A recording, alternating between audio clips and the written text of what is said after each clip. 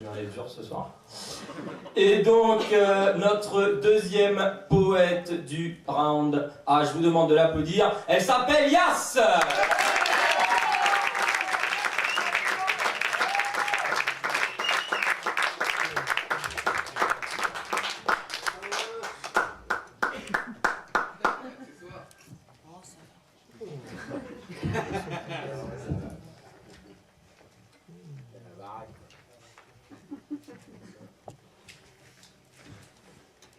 Au moment de la pause, quand les comédiens ne bougent plus, tableau rose coloré de pinceaux à plumes quand les mains ne frappent plus, et que l'acteur principal s'enrhume, courant d'air froid dans la coulisse.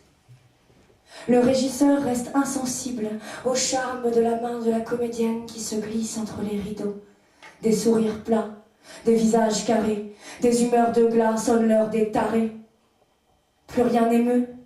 Les vaches meuglent à l'entrée du théâtre, mais c'est le moment de l'arrêt. Un musicien écrit à la craie sur une guitare les accords que sa douce lui chantait hier soir.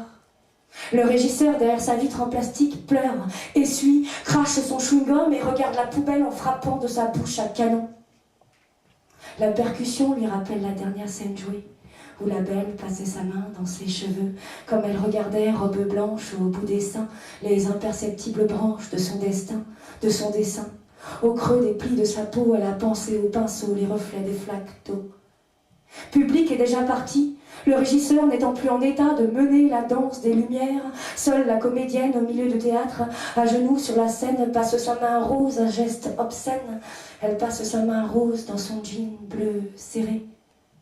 Le régisseur, derrière sa vitre, laisse des larmes de sentiments violets sur son expression froide et chaude à la fois. Les flaques de sentiments violets remplissent peu à peu la pièce, les sièges des spectateurs, la scène, la salle, où la comédienne n'a plus peur de rien, ni de lui, ni de son destin. Elle se laisse aller en liberté et caresse doucement ses seins comme elle seule sait le faire si bien. Le régisseur sort, passe ses mains bleues sur le corps rose de mademoiselle. Ses mains guident les siens, ses seins vides de rien. Le sang coule de leur bouche, plus rien n'existe.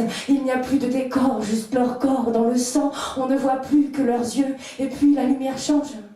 Les projecteurs, sans régisseur derrière eux, reviennent à des jours heureux. La lumière est très forte, elle les porte, elle les colporte. La rumeur court derrière la porte. Les flaques de sang sont blanches et les mains du régisseur violettes, placées sur la tête de la comédienne qui pleure, rose et bleue, et fait sortir des papillons violets de sa bouche.